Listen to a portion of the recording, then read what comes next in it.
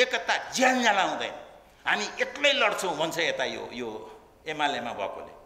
उताकाले कुनै हालतमा हुँदैन, हामी एमालेलाई ठेगान लगाइदिन्छौँ भन्दैछ।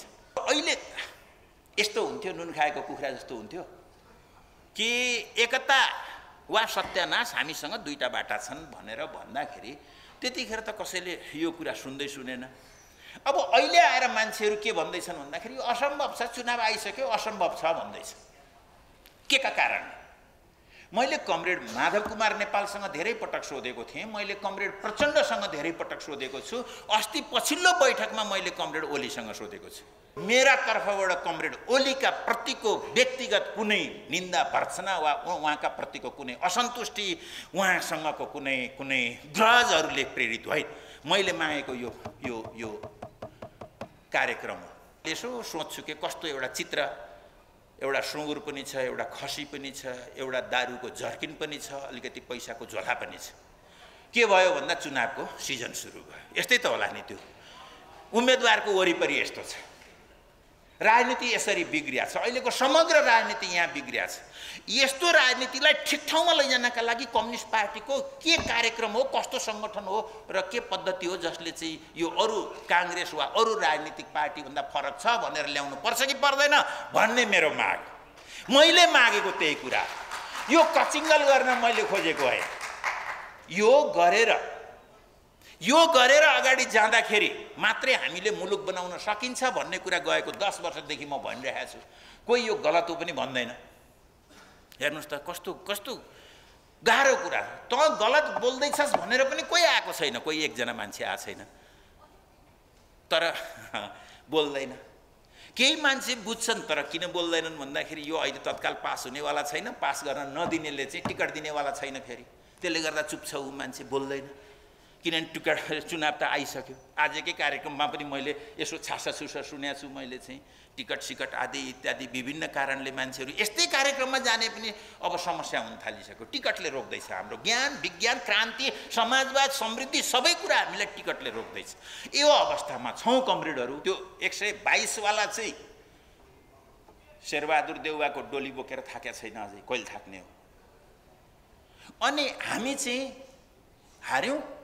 पहिले यसो हेऱ्यौँ, ठिकै भयो, चुनाव राम्रो भयो, हामी जित्छौँ भन्यौँ। चुनावको अलि परिणाम आउन थालेपछि त्यस पछाडि चाहिँ होइन, यो सब अन्तर्घात भएछ भित्रभित्र भन्यौँ। तेस्रो दिन हामीलाई कसले के भनिदियो, त्यस पछाडि हामीले यो सब धाँधली भएर यो भएको भनेर भन्यौँ।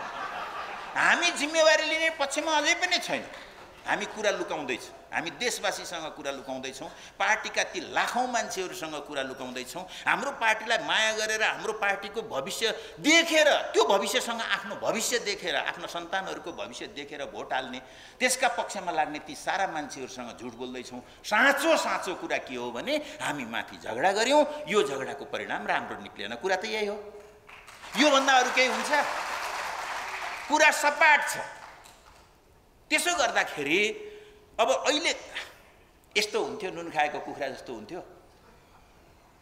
यो कम्युनिस्ट पार्टीमा भोट हालेको मान्छे, त्यो 122 लाई हालेको थियो भने पनि त्यो हरेक ठाउँमा खतरा देख्दैछ, हरेक ठाउँमा बम पड्किन्छ, माइन पड्किन्छ भनेर देख्दैछ त्यसले चाहिँ। किनभने उसले पाएको भोट, उसले हालेको भोट, 122 सिटमा हालेको भोट अन्त कसैले प्रयोग गरिरहेछ, त्यसले चिन्तित छ। आज त्यहाँ पनि मैले तिनलाई भोट हालेका मान्छे खुसी चाहिँ देख्दिनँ। मैले चाहिँ एक खालको भविष्यको कुनै एउटा अज्ञात कुनै त्रास, कुनै सन्तासले त्यो मान्छे त्यो 122 मा हालेको त्रसित छ, 205 मा हालेको त्रसित छ, 20 मा हालेको त्रसित छ। जोड्दा आज पनि बहुमत हुन्छ यिनको चाहिँ। फेरि काङ्ग्रेस भन्दा आज पनि वाम जनमत नै बढी हो भन्ने कुरा। यो तिम्रा मेयर थिएनन्, मेरा मेयर सबै ठाउँमा उठाएको थिएँ, तिम्रा मेयर थिएनन्, मैले धेरै भोट पाएँ भन्ने हिसाब भन्दा यो ठुलो हिसाब हो भन्ने लाग्छ कम्युनिस्ट पार्टीको सदस्यको हिसाबले। यो आन्दोलनको यो आन्दोलनको व्यक्तिको, इमान्दार व्यक्तिको हिसाबले भन्ने हो भने त्योभन्दा महत्त्वपूर्ण हिसाब त के हो भने आज पनि सम्भावना छ भनेर हेर्ने हो भने आज पनि यो सबै सिट जोड्दाखेरि नेकपाको 3टा पार्टीको जोड्दा आज पनि काङ्ग्रेसको भन्दा बढ्ता छ। अझ हामी एक ठाउँमा भएर जान पाएको भए 575 भन्दा बढी सिट जितेर यो कम्युनिस्ट पार्टीको कुनै योद्धा, यसको सदस्य, यसका भोटर, यसका समर्थक, यसका शुभचिन्तक, ती मान्छे अहिले तपाईँ तिनको मनोविज्ञानको कल्पना गर्नुहोस्। 575 सिट लोकल सिट जितेको मान्छे त्यो जनमतले आउने मङ्सिरको चुनावलाई कसरी प्रतीक्षा गरिरहेको हुन्थ्यो। आज हामीले चुनाव भन्ने बित्तिकै अलि के हो भन्नुपर्ने ठाउँमा छ। स्वतन्त्र भएर उठ्ने एउटा जुन अहिले प्रक्रिया देखा पर्यो र त्यसका पक्षमा युवाहरूको र समाजकै पनि जुन प्रवृत्ति देखा पर्यो, यो सबभन्दा ठुलो कुरा त अहिलेको मेन स्ट्रिम राजनीति चलाउनेहरूको अयोग्यताले सिर्जना गरेको हो भन्ने कुरामा कुनै शङ्का छैन। तर अब यो के हुन्छ भन्दा यसरी अलि टाढाबाट हेऱ्यो भने, अनि अघि हाम्रो मिनाजीले भन्दै हुनुहुन्थ्यो पार्टीको विकल्प पार्टी हो, खराब पार्टीको विकल्प असल पार्टी हो, खराब वामपन्थी पार्टीको विकल्प असल वामपन्थी पार्टी हो। तर पार्टीको विकल्प पार्टी नै हो। काङ्ग्रेसकै विकल्प पनि फेरि पार्टी नै हो, त्योभन्दा राम्रो काङ्ग्रेस होला यस्तै। किनभने यो लामो रहने कुरा होइन। यो संसद विघटन गलत थियो। अझ त्योभन्दा अगाडि भन्छु, अझ एक त्यो गोप्य सम्झौताबाट गरिएको एकता, त्यो सिद्धान्तहीन एकता थियो जसले हामीलाई टिक्न टिकेन। यसर्थ हामी त्यसमा कमजोरी थियो भन्नुको अर्थ यो स्वीकार गर्ने, यसलाई स्वीकार गर्नुको अर्थ सुधार्ने भनेको। 2 संसद विघटन गर्नु गलत थियो भन्ने। 3 हामीले बनाएको सैद्धान्तिक जुन ओरिएन्टेसन छ, दिशा छ, यो दिशा अनुकूलको कार्यक्रम र सङ्गठनात्मक सिद्धान्त बनाउँछौँ भन्ने। 4 हामी तत्कालै वाम मोर्चा बनाउँछौँ भन्ने। 5 यति भनेर मात्रै कहाँ हुन्छ भन्ने हुनुहुन्छ साथीहरूले। तिमीहरूलाई किन विश्वास गर्ने भन्नुहुन्छ साथीहरूले। मैले यस्तो व्याख्या गर्दाखेरि चाहिँ ल ठिक छ यति कुरा त होला, तिमीलाई कसरी विश्वास गर्ने भन्दा मैले के भन्ने गरेको छु भने एउटा माफी सप्ताह भनेर आयोजना गर्ने। र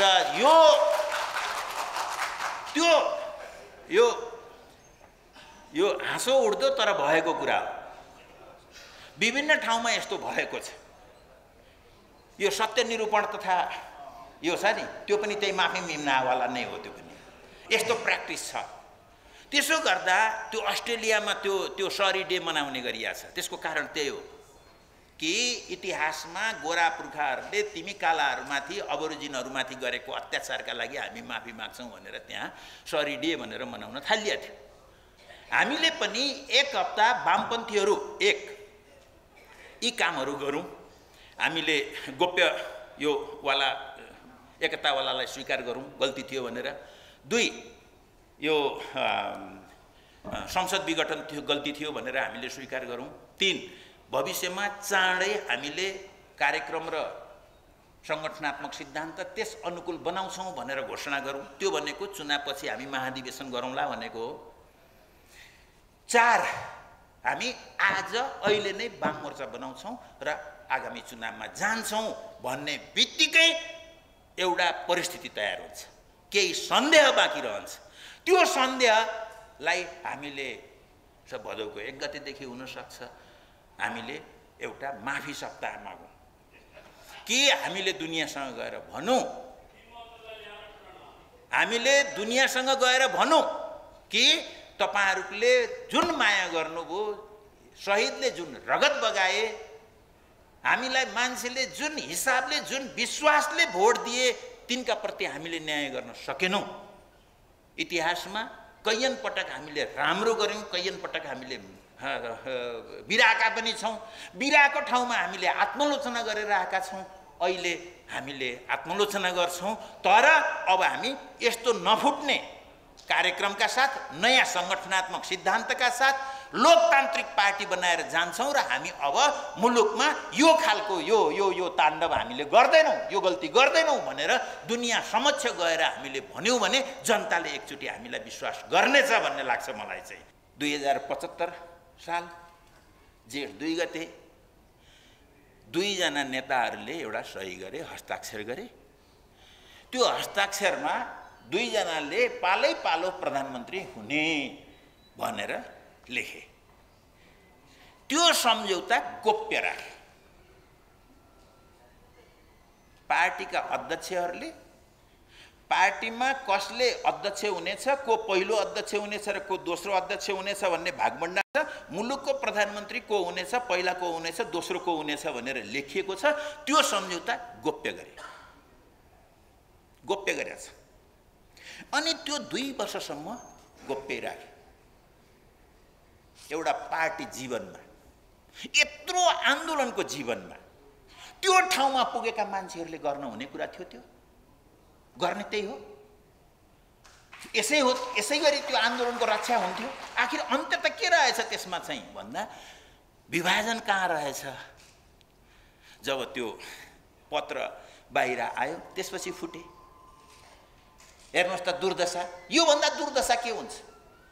वास्तवमा यो त लज्जाको कुरा हो। हाम्रो आन्दोलनमा ती नेताहरू जसले भागबण्डाका आधारमा आफूले चाहिँ गोप्य सम्झौता गरे, पार्टीबाट पनि बेखबर राखे। अनि हाम्रोमा एउटा भनाइ छ, बुद्धिमानी छोरो चैतमा जुवै खेल्दैन, खेलिहाल्यो भने खेलै भन्दैन भन्छन्। क्या यी त त्यति पनि राखेन। जुवा खेलेर गाउँभरि यिनीहरूले खेल्यौँ भनेर हल्ला गर्दै हिँडे यिनीहरूले चाहिँ, गरे त्यही थिए यिनीहरूले चाहिँ। जब त्यो खुल्यो त्यस पछाडि यसको सत्यानाश हुँदै गयो। भित्र यसको विवादहरू, यसमा धेरै कुराहरू भए। कमरेड ओलीले बैठक बोलाउनु भएन, बैठकको निर्णय मान्नु भएन। त्यसको प्रतिक्रिया पार्टीमै बहुमत रहेका प्रचण्ड माधवजीले त्यसको प्रतिक्रिया कसरी जनाउन थाल्नुभयो भने संसदीय दलमा चाहिँ अविश्वासको हस्ताक्षर गर्न थाल्नुभयो। पर्खिन सक्नु भएन।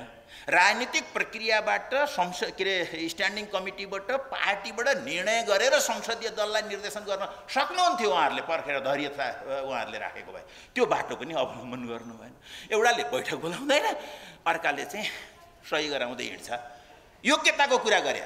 हाम्रो यो महान आन्दोलनको अर्को पाटो, हाम्रो यो असाध्य उज्यालो परम्पराको अर्को पाटो यति स्वार्थी, यति एक हिसाबले भन्दा अलि भाषा ब्लन्ट होला, क्षुद्र त्यो हाम्रो अभ्यास, त्यसले पार्टीभित्र समस्या आयो। कचिङ्गल गऱ्यौँ, समाधान गर्न सकेनौँ। कुरा त्यही थियो, गोप्य। त्यो गोप्यवाला समाधान भएन। अनि संसद हान्यौँ हामीले। यो संसद राजाले 17 सालमा हानेको संसद किन हाने थियो? हाम्रो इतिहासमा मैले लोकतान्त्रिक स्थिरताको कुरा गर्दैछु। संसदमा राजाले हानेर के भयो? 2047 सालमा संसद आयो। त्यो बिचरो संसद इन्डियासँग यसले त्यो प्राकृतिक स्रोत साधनको साझेदारीमा चाहिँ 2/3 माग गर्यो। त्यसो भएपछि इन्डियालाई नेपालको संसद चाहिएन, उसले त्यहीँबाट हान्न सुरु गरिहाल्यो। महाकाली सन्धिपछि नै हान्न थालिहाल्यो। हेर्नुहोस् है, यो संसदको कुरा गर्दैछ म। संसदको किन पक्षमा उभिएँ भन्ने कुरा मात्रै होइन, हरेक नेपाली किन संसदको पक्षमा उभिनुपर्छ भन्ने कुरा गर्दैछु मैले चाहिँ। अनि इन्डिया त्यसलाई हान्न थाल्यो। राजाबाट त सबै अधिकार खोसेर संसदमै लगाएको थियो। अनि राजा पनि हरेक पटक संसदलाई कसरी अस्थिर पार्न सकिन्छ त्यसैमा लाग्यो। जनयुद्धको तारो पनि माओवादीका लागि त्यहाँ नहानिकन भएन, किनभने नत्र त त्यसले पुरानो सत्तालाई ढाल्नै सक्दैन थियो। यसरी यो माओवादी जनयुद्धको तारो भयो, दरबारका इन्ट्रेस्टहरूको तारो भयो, इन्डियाको तारो भयो। हामी त्यो क्रान्ति ल्याउने गर्ने मान्छेहरूले त्यसको महत्त्व बुझेनौँ र त्यो अकालमा मरेर गयो। भएको त्यही थियो। आखिर त्यही कुरा बुझेर छलफल कुलले धेरै राम्ररी छलफल गरेर हाम्रो नेपालको स्थिरताको यो धेरै महत्त्वपूर्ण चिज हो भनेर त्यो संसद विघटन नगर्ने गरी चारतिर 4 दिशा बाँधेर संविधान बनाइयो। अनि त्यही हामीलाई भित्र झगडा पर्यो, हाम्रो कुरा मिलेन। गोप्य सम्झौताको कुरा नमिलेपछि त्यसको रिस फेर्नका लागि गएर संसद हान्यौँ हामीले। यो क्षम्य हुने कुरा हो? यो क्षम्य हुन्छ? अनि यो जनवादी केन्द्रीयताको अन्तर्पार्टी निर्देशनले यो बैठक बसेर ल तिमीहरू कोही पनि नबोल कुरा यही हो भनेर लेखाएर हुन्छ, बैठक लेखाएर यो कुरा समाधान हुन्छ, हुने कुरा हो यो, राम्रो काम गर्दैछौँ हामीले। त्यस भए बाटो के हो त भन्ने पनि मेरो केही प्रस्ताव छन्, 1 2 3 4 यो भनेर मात्रै भावनाको कुरा गरेर मात्रै भएन, बाटो के हो भन्ने कुरा पनि उठिराखेका सन्दर्भमा के हुनसक्छ, बाटो के 1 2 3 5 के हुनसक्छ जसले हामीलाई अलि अगाडि बढाओस्, यो मुलुक, राजनीति, समाज, हाम्रो अर्थतन्त्र हैन, यो हाम्रो कम्युनिस्ट आन्दोलन, यसको बौद्धिक, सांस्कृतिक, सामाजिक यसको सामर्थ्य यो चाहिँ अगाडि बढोस्, के बाटो हुनसक्छ त्यो प्रस्ताव। त्योभन्दा पहिला मैले कमरेडहरूलाई, खास गरी तपाईँ आयोजक कमरेडहरूलाई मैले धन्यवाद दिन चाहन्छु, तपाईँ खास गरी उपस्थित युवा साथीहरूलाई धन्यवाद दिन चाहन्छु। आज धेरै जसो युवाहरूमा या त भयङ्कर निराशा, छटपटी, हाम्रा नालायकीले, राजनीतिक पार्टीका नेताहरूका नालायकीले निराश भएर एक खालको बदला भावले सामाजिक सञ्जालमा आफ्ना आक्रोशहरू पोखिरहेका अनेक साथीहरू पनि हुनुहुन्छ। अर्कोतिर या त यस्तो छ एउटा दृश्य, आजको युवाहरूको आम दृश्य हेर्दाखेरि यस्तो देखिन्छ, या त नेताको पछाडि, अघि कसले हाम्रो मिनाजीले चाकरको कुरा गर्दै हुनुहुन्थ्यो, दास भन्दै हुनुहुन्थ्यो, नेताको पछाडि लागेको छ, सोच्नु, विचार्नु, चिन्तन, समाज, परिवार, अध्ययन, पढाइ, आफू हिँडेको बाटो, कहाँ हिँड्दैछु, किन हिँड्दैछु, के बोल्दैछु, के नारा लगाएको छु, कसको पक्षमा लगाएको छु, कसको विरुद्धमा लगाएको छु भन्ने समेत पनि के थाहा नभएको लम्पट। एक मात्र कुरा कि केही हुन्छ, किन हुन्छ भन्दा ऊ नेताले भन्छ, हिजो यो पनि सडकमै थियो, नारै लगाउँदै थियो, कसैको पछाडि दगुर्दै थियो, आफैले भन्छ नेताले हैन। तर आज नेता कहाँ गइसक्यो, त्यहाँ पुगिसक्यो भनेपछि मेरो पनि जिन्दगी त्यस्तै होला भन्ने आशमा, त्यस्तो विश्वासमा, त्यो लोभमा कुदिरहेको एउटा युवाहरूको पङ्क्ति छ। मूलत यस्तै होला सायद, धेरै ठुलो पङ्क्ति। त्यस्तो बेलामा अनि कम्युनिस्ट आन्दोलन सङ्कट र अबको बाटो खोजेर यहाँ आउने साथीहरू, तपाईँहरू धेरै धन्यवादका पात्र हुन्छ, असाध्य धन्यवादका पात्र हुनुहुन्छ भन्ने लाग्छ मलाई चाहिँ। एउटा त यो तपाईँहरूले त्यसो गर्नुभयो भनेर मात्रै पनि होइन, त्यसको अर्को पाटो पनि छ। त्यसको अर्को पाटो के छ भने, हामी यो नेताहरू, राजनीति गरिरहेका मान्छेहरू, त्यो राजनीतिको सोपानमा विभिन्न ठाउँमा रहेका मान्छेहरू, त्यहाँ फिट भएका, त्यो सिस्टममा फिट भइसकेका हामी मान्छेहरू, पालो पर्खिरहेका मान्छेहरू, कहिलेकाहीँ टङ्कजीले भन्नुहुन्थ्यो, एउटा धेरै सम्झिन्छु मैले चाहिँ, यो कस्तो भयो रे सोसाइटी भन्दा, आन्दोलन कस्तो भयो भन्दाखेरि, पहिला हामी आन्दोलनकारी थियौँ, हामी पनि तल्लो वर्गमै थियौँ, हामी क्रान्तिको पक्षमा थियौँ, किन क्रान्ति हाम्रो लागि त्यो वस्तुगत आवश्यकता थियो, दिनदिनैको आवश्यकता थियो। हामीलाई, मेरै लागि क्रान्ति चाहिएको थियो, मेरो श्रीमतीलाई चाहिएको थियो, मेरो बालाई चाहिएको थियो, मेरो आमालाई चाहिएको थियो, मेरो भाइलाई चाहिएको थियो, मेरो बहिनीलाई चाहिएको थियो। क्रान्ति मेरो भौतिक तात्कालिक वस्तुगत आवश्यकता थियो, किनभने म तल्लो वर्गको थिएँ। अब यही आन्दोलनबाट हामीले केही आर्ज्यौँ वा हाम्रो भाग्य थियो र हामी माथि माथि पुग्यौँ। अब हामी तल छैनौँ।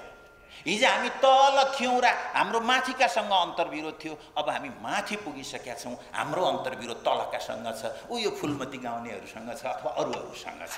यस्तो यो फेरि यो समाज हो, यो युगको जिन्दगी पनि व्यक्तिको जिन्दगी जस्तो हुन्छ भन्छु के मैले चाहिँ। युगलाई हेर्दाखेरि पनि हैन, युग सधैँ एकै खालको बन्दो रहेनछ, अथवा एउटै घटनाक्रमले युगहरू बन्दैन। विभिन्न घटनाक्रमहरू हुन्छ, जसरी व्यक्ति हुन्छ, उसका इच्छा आकाङ्क्षा, उकाली ओह्राली, सफलता असफलता, आशा निराशा, प्राप्ति अप्राप्ति, यी सारा कुराहरू हुन्छन्। त्यस्तै युगको पनि त्यस्तै हुन्छ। म यो यो युगको पनि त्यस्तो जिन्दगी हुन्छ भनेर बुझ्नका लागि हो नि यहाँ आउने त। त्यो त्यो रिटालिएसनका लागि, बदलाका लागि दौडिरहेको, आक्रोश पोखिरहेको, केही सिप नलागेर हिँडिरहेको युवा पनि होइन। सारा कुरा छोडेर करिब करिब आफ्नो सोच्ने दिमाग आमाकै गर्भमा छोडेर आए जस्तो गरिकन होइन त्यसरी हिँडेको युवा पनि होइन। तपाईहरुले यो आफै त ठुलो काम गर्दै हुनुहुन्छ, धेरै राम्रो कामहरू म विश्वास गर्छु, म साँच्चीको विश्वास गर्छु। कैयन ठाउँमा टुकी बालेर 5 जना मान्छेले केही नयाँ युगको कुरा गरेका थिए र नयाँ युगको सुरुवात भएको थियो। पछिल्ला ठुला ध्वंस विध्वंस निर्माण वा विध्वंस जेसुकै भन्नुहोस् त्यो ती कलर रिभोल्युसनहरू यस्तै यस्तै यस्तै यस्तै गरेर सुरु भएका थिए।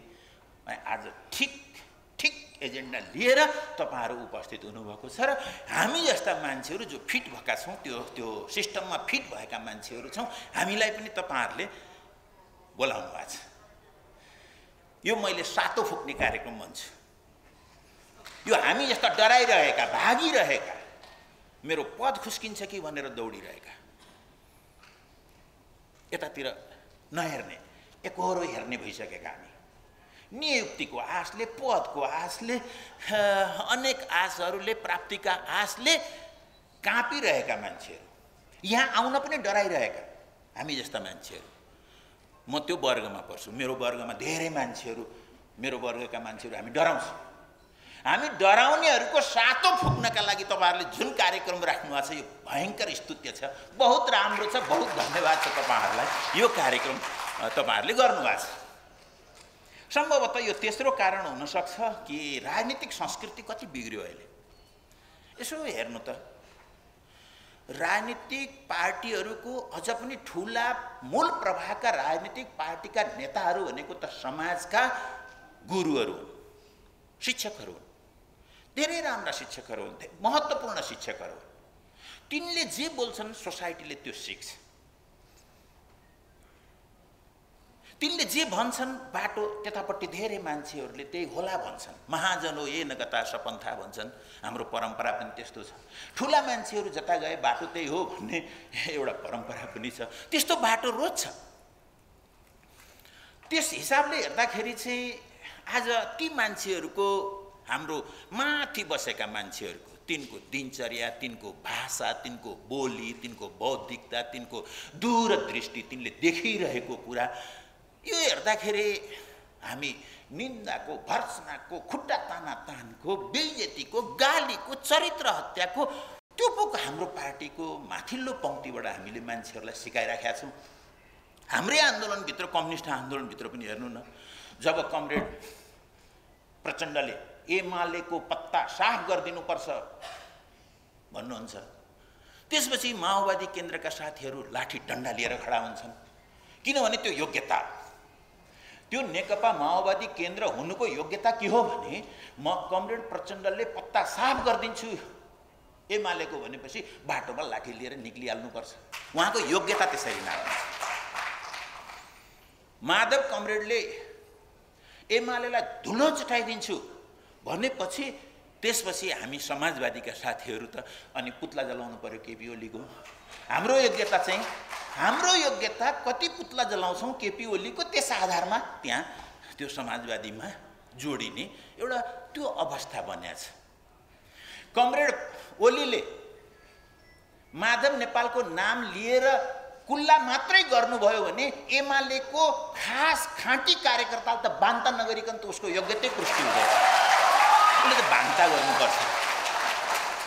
कमरेडले कुल्ला गर्नुहुन्छ, कार्यकर्ताले बान्ता गर्छ। कमरेडले पत्ता साफ गर्ने कुरा गर्नुहुन्छ, लाठी डन्डा लिएर मान्छे खडा हुन्छ।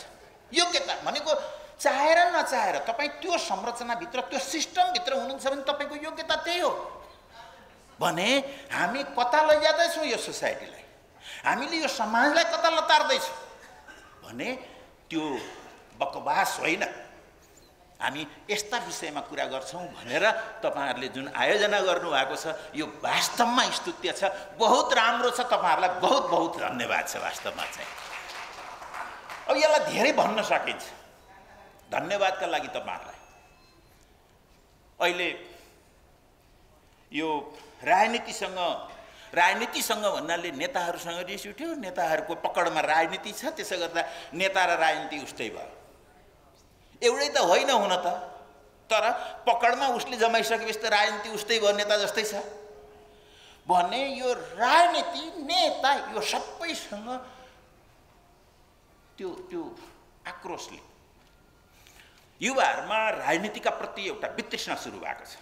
यो देखिन्छ अहिले स्वतन्त्र भएर उठ्ने एउटा जुन अहिले प्रक्रिया देखा पर्यो र त्यसका पक्षमा युवाहरूको र समाजकै पनि जुन प्रवृत्ति देखा पर्यो, यो सबभन्दा ठुलो कुरा त अहिलेको मेन स्ट्रिम राजनीति चलाउनेहरूको अयोग्यताले सिर्जना गरेको हो भन्ने कुरामा कुनै शङ्का छैन। तर अब यो के हुन्छ भन्दा यसरी अलि टाढाबाट हेऱ्यो भने, अनि अघि हाम्रो मिनाजीले भन्दै हुनुहुन्थ्यो पार्टीको विकल्प पार्टी हो, खराब पार्टीको विकल्प असल पार्टी हो, खराब वामपन्थी पार्टीको विकल्प असल वामपन्थी पार्टी हो, तर पार्टीको विकल्प पार्टी नै हो। काङ्ग्रेसकै विकल्प पनि फेरि पार्टी नै हो, त्योभन्दा राम्रो काङ्ग्रेस होला यस्तै। किनभने यो लामो रहने कुरा होइन, संसारमा आजसम्म कहीँ रहेको छैन। यो हावाहुरी आउँछ, हामी प्रतिको भनेको राजनीतिका प्रतिको असन्तुष्टिले, आक्रोशले यस खालको विद्रोह हुन्छ, तर यो लामो रहँदैन। अन्त्यतः हुन त यही भित्र यो विचार भन्दा माथि देश विचार चाहिँदैन भन्ने कुरा पनि यही हावाहुरीमा आउने कुरा हुन्, बाढीमा आउने कुरा हुन्, अनेकन बाढीमा यी कुराहरू आउँछ। गङ्गटा, भ्याउता, सर्प आदि इत्यादि झार जङ्गल सबै एकसाथ लिएर आउँछ यसले चाहिँ। तर तपाईँले कहीँ गएर ठोकिनुहुन्छ, तपाईँ यो प्रक्रिया कहीँ गएर ठोकिनुहुन्छ। सबै घटनाक्रमलाई एउटा विश्लेषणको ढाँचामा राखेर हेर्न थाल्छ जब त्यो युवाले, त्यसपछि उसलाई पार्टी चाहिन्छ। नेताले घुस खायो, मुर्दाबाद, नेताले राम्रो गरेन, मुर्दाबाद। यो सब एजेन्डामा अलग अलग कुरा गर्नका लागि आक्रोशले काम गर्छ। तर कस्तो समाजमा नेता भ्रष्ट हुन्छ, कस्तो पार्टीले भ्रष्ट नेताहरू जन्माउँछ, अनि त्यस्तै पार्टीभित्र राम्रो मान्छे गयो भने पनि किन नराम्रो भएर निक्लन्छ, अथवा राम्रो पार्टी बन्यो भने त्यसले फेरि नराम्रा समाजका खराब मान्छेहरूलाई पनि क्रमशः सुधार्दै कसरी चाहिँ राम्रो बनाउँछ भनेर त्यो युवाले अलि इतिहासलाई हेर्न थाल्यो, सिद्धान्तलाई हेर्न थाल्यो, समाजलाई हेर्न थाल्यो भने उसले आफ्नो ठाउँ पाउँछ। मूलतः दुईटा दृष्टिकोण छ। एउटा, यी सबै प्रश्नहरूलाई चुनावले ठिकठाक पारिदिन्छ। 18 वर्ष पुगेपछि चुनावमा उठाउन देऊ, भोट हाल्न देऊ र मार्केटलाई छोडिदेऊ, बस। यो दुईटा कुरा बुझेपछि मान्छे उदारवादी, बुर्जुवा, पुँजीवादी राजनीतिक लाइनमा, दर्शनमा, सिद्धान्तमा लाग्दै जान्छ, ठिकठाक हुँदै जान्छ। वा समग्र मान्छेलाई व्यक्ति मान्छे जसले हेर्छ, व्यक्तिलाई स्वतन्त्र बनाइदेऊ, सबै कुरा हुन्छ। महिलाले दुःख पाइन्, स्वतन्त्र पारिदेऊ, दलितले दुःख पायो, स्वतन्त्र बनाइदेऊ, जनजातिमा समस्या छन्, स्वतन्त्र देऊ, भोट हाल्न देऊ, मार्केटले सबै ठिकठाक गरिदिन्छ। यसरी हेर्न थाल्यो भनेदेखि त्यो एउटा राजनीतिक दर्शन हो। त्यसले एउटा बाटो तय गर्छ, आफ्नो बाटो तय गर्छ। होइन, त्यो यदि समाजको एउटा खास व्यवस्था हुँदैन भने दलित हुँदैन। एउटा समाजको खास व्यवस्थामा त्यहाँ छुवाछुत गर्ने एउटा परम्पराभित्र, त्यस्तो संरचनाभित्र, त्यस्तो राज्यभित्र दलित बन्छ। जन्मिँदैखेरि कोही दलित भएर निक्लदैन भाइ, किनभने दलित र गैर दलित जन्मिने प्रक्रिया यसको जैविक प्रक्रिया उस्तै हो भनेर जसले बुझ्छ त्यो चाहिँ क्रमशः वामपन्थी, कम्युनिस्ट, मार्क्सवादी हुँदै जान्छ। यसरी उसले आफ्ना समाधानहरू त्यहाँ पाउँछ। यो बेलामा तपाईहरुले जुन कुरा गर्नुभएको छ अहिले यहाँ, त्यसको महत्त्व छ है भनेर मैले भनेको। मैले यसको महत्त्वका बारेमा किन धेरै भने आज खास गरी युवाहरूले विद्रोहका साथ तर सम्पूर्ण सचेतनताका साथ यदि नसोच्ने हो भने हाम्रो आन्दोलनमा भयंकर ठूला खतराहरू देखिँदैछ। कता लैजाँदैछन् हाम्रो आन्दोलनलाई भनेर हेर्दाखेरि तिनका गाली गलौज अहिले मैले भनिसकेँ, त्यो हेर्दाखेरि पर्याप्त हुन्छ। यस्तो बेलामा तपाईँहरूले गर्नुभएको यो कार्यक्रमले समाजका तमाम प्रश्नहरूलाई एउटा विचारको श्रृङ्खलाभित्र राखेर हेर्न सिकाउँछ। त्यस अर्थमा मैले तपाईँहरूलाई धन्यवाद भनेको। समयको हिसाबले मैले छोटो कुरा गर्छु। आजको सङ्कटको कुरा गर्ने हो भने यो किन यस्तो भयो, अथवा इमिडिएट यसभन्दा अगाडिको हामी 5 वर्ष अगाडिको समय र आज हेर्दाखेरि के फरक छ भन्दा आकाश पाताल फरक छ।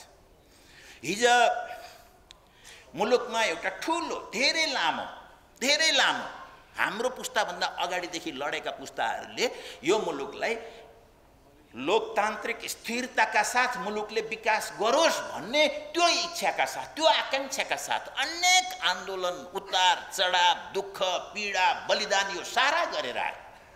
खोजी लोकतान्त्रिक स्थिरता थियो।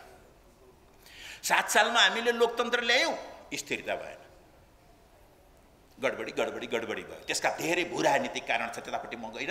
यति मात्रै कि हामीले जान्न सक्छौँ त्यसमा स्थिरता थिएन। 17 सालमा तथाकथित स्थिरता त आयो तर लोकतन्त्र थिएन। 47 सालमा फेरि लोकतन्त्र लिएर आयौँ हामीले, फेरि त्यसलाई अस्थिरताका शक्तिहरूले अस्थिर पार्दै लाग्यो। 72 सालमा हामीले संविधान बनायौँ, असाधारण महत्त्वको काम गर्यौँ। यो नेपाली जातले असाधारण महत्त्वको काम गर्यो। त्यो संविधान बोक्ने, किनभने त्यसमा यति धेरै यो अधिकारहरू स्थापित गरिएको छ, त्यो संविधानमा लेखिएको छ, मौलिक अधिकारका रूपमा लेखिएको छ, अरू संविधानका प्रावधानहरूमा छन्। त्यसलाई बोक्नका लागि एउटा बलियो राजनीतिक शक्ति चाहिन्थ्यो। त्यो पनि जनताले वास्तवमा दिएका हुन्।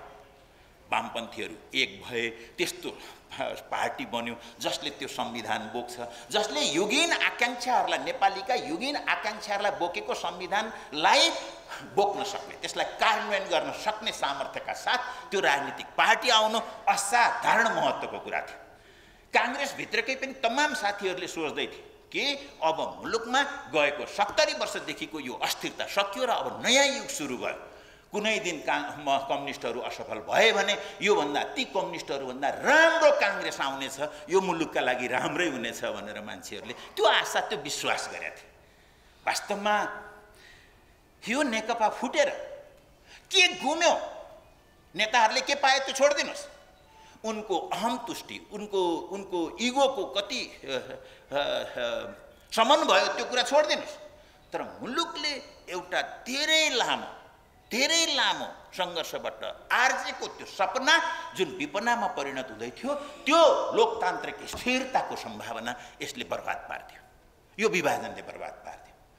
दोस्रो, यसलाई वाम आन्दोलनको कोणबाट हेर्नुहुन्छ भने हामी एउटा यस्तो चरणमा थियौँ जतिखेर संविधानका ती एजेन्डाहरू जुन हामीले स्थापित गरेका थियौँ, ती इतिहासमा हामीले उठाएका मुद्दाहरू थिए, हामीले स्थापित गरेका कुराहरू थिए, ती हामीले नै उठाएका ती मुद्दाहरूलाई कार्यान्वयन गर्दै मुलुकलाई अगाडि लैजान सक्थ्यौँ। अहिले कहिलेकाहीँ तपाईँले चाहिँ यो केरला मोडलको कुरा गर्नुहुन्छ, ल्याटिन अमेरिकामा धेरै प्रयोग भएका छन्, त्यो आपको मोडलको कुरा गर्नुहुन्छ। यी तमाम मोडलहरू, त्यो अथवा क्युबन मोडल भन्नुहोस्, शिक्षा स्वास्थ्यको कुरा गर्नुहोस्, होइन, त्यहाँको जीवन स्तरको कुरा गर्नुहोस्, यी तमाम मोडलहरूबाट सिकेर तेस्रो विश्व उठ्दै गरेको विकासोन्मुख त्यस्तो मुलुकका लागि एउटा मोडल, वामपन्थी मोडल दिन सक्थ्यौँ हामीले।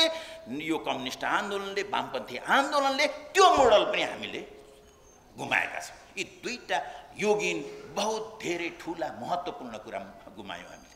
तर यत्रो ठुला कुरा गुमाउँदाखेरि त हामीले किन गुमायौँ होला त नि? अब यसका धेरै कुरा त छोडिदिनुहोस्, यसको प्रक्रियागत रूपमा कसरी यो गुम्यो भनेर हेर्नुहुन्छ भने त्यो महान एकता कसरी भयो भने 2075 साल जेठ 2 गते 2 जना नेताहरूले एउटा सही गरे, हस्ताक्षर गरे। त्यो हस्ताक्षरमा 2 जनाले पालै पालो प्रधानमन्त्री हुने भनेर लेखे। त्यो सम्झौता गोप्य राखे। पार्टीका अध्यक्षहरूले, पार्टीमा कसले अध्यक्ष हुनेछ, को पहिलो अध्यक्ष हुनेछ र को दोस्रो अध्यक्ष हुनेछ भन्ने भागबण्डा छ।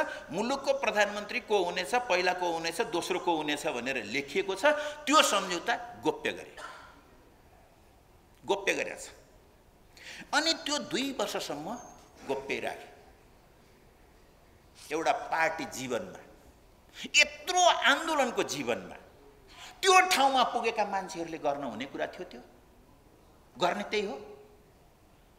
यसै गरी त्यो आन्दोलनको रक्षा हुन्थ्यो। आखिर अन्त्य त के रहेछ त्यसमा चाहिँ भन्दा विभाजन कहाँ रहेछ? जब त्यो पत्र बाहिर आयो त्यसपछि फुटे। हेर्नुहोस् त दुर्दशा, यो भन्दा दुर्दशा के हुन्छ?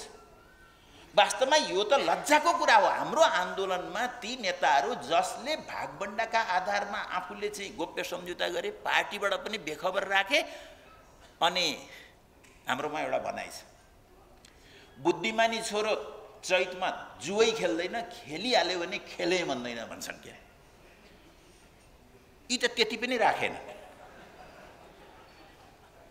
जुवा खेलेर गाउँभरि यिनीहरूले खेल्यौँ भनेर हल्ला गर्दै हिँडे यिनीहरूले चाहिँ, गरे त्यही थिए यिनीहरूले चाहिँ। जब त्यो खुल्यो त्यस पछाडि यसको सत्यानाश हुँदै गयो। भित्र यसको विवादहरू, यसमा धेरै कुराहरू भए। कमरेड ओलीले बैठक बोलाउनु भएन, बैठकको निर्णय मान्नु भएन। त्यसको प्रतिक्रिया पार्टीमै बहुमत रहेका प्रचण्ड माधवजीले त्यसको प्रतिक्रिया कसरी जनाउन थाल्नुभयो भने संसदीय दलमा चाहिँ अविश्वासको हस्ताक्षर गर्न थाल्नुभयो। पर्खिन सक्नु भएन। राजनीतिक प्रक्रियाबाट स्ट्यान्डिङ कमिटीबाट पार्टीबाट निर्णय गरेर संसदीय दललाई निर्देशन गर्न सक्नुहुन्थ्यो उहाँहरूले, पर्खेर धैर्यता उहाँहरूले राखेको भए। त्यो बाटो पनि अवलम्बन गर्नु भएन।